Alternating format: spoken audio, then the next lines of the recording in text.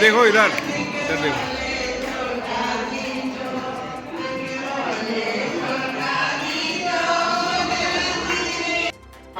उनको इकट्ठा करके वहाँ संग्रहालय का निर्माण किया जिससे कि देश विदेश से आने वाले लोग पर्यटक वहाँ देख करके भारतीय संस्कृति का गौरव इससे बढ़ेगा, भारतीय संस्कृति की और अधिक जानकारी और मूल रूप में प्राप्त होगी।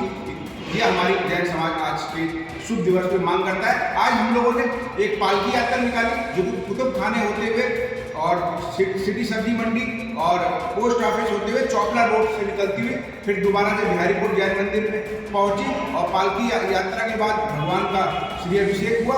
आज हमारे यहाँ भगवान पार्श्वनाथ विधान भी हुआ। तो इस तरह से आज जैन समाज में बहुत आध्यात्मिक और धार्मिक कार्यक्रम हुए। हम पूरे विश्व को भगवान पार्श्वनाथ और भगवान चंद्र प्रभु के जन्मोत्सव कल्याण की बधाई देते हैं। सादर जय हिंद। मेरा नाम सौरभ जैन है, मैं जैन समाज का मीडिया प्रभारी हूँ। आज बहुत पवित्र दिवस है कि एक तिथि, दो तीर्थंकर और उनके चार कल्याणक है। आज पौष कृष्ण एकादशी को भगवान चंद्र भगवान जो 8वें तीर्थंकर थे, जो लाखों वर्ष पहले पैदा हुए थे और जिनकी ऊंचाई 900 फीट थी, और दूसरे 23वें तीर्थंकर भगवान पार्श्वनाथ जिनकी ऊंचाई 13 फीट थी और जो 100 वर्ष तक जिनका जीवन काल रहा। ऐसे दोनों ही भगवानों का आज जन्म और तप कल्याणक है। और भगवान पार्श्वनाथ जी ने 4 सिद्धांत दिए थे, सत्य, अहिंसा, अपरिग्रह और अस्तेय। और उन्होंने जीवन जीने की 4 कलाएं बताई थी कि किस प्रकार से समाज चलना चाहिए। मुनि संघ, आर्यिका संघ, श्रावक संघ और श्राविका संघ।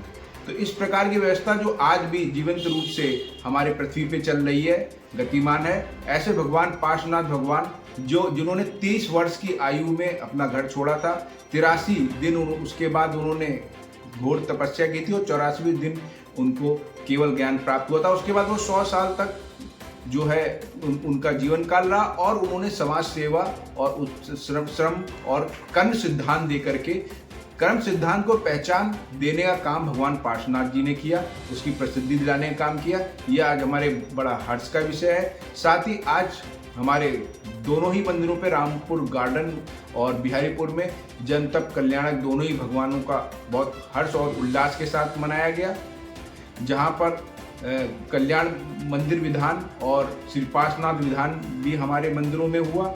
इसके साथ ही बिहारीपुर जैन मंदिर से पालकी यात्रा जो कुतुब खाना, सिटी सब्जी मंडी, सिटी पोस्ट ऑफिस होते हुए और चौपला रोड होते हुए दोबारा से मंदिर में पहुंची, जहाँ भगवान का अभिषेक हुआ।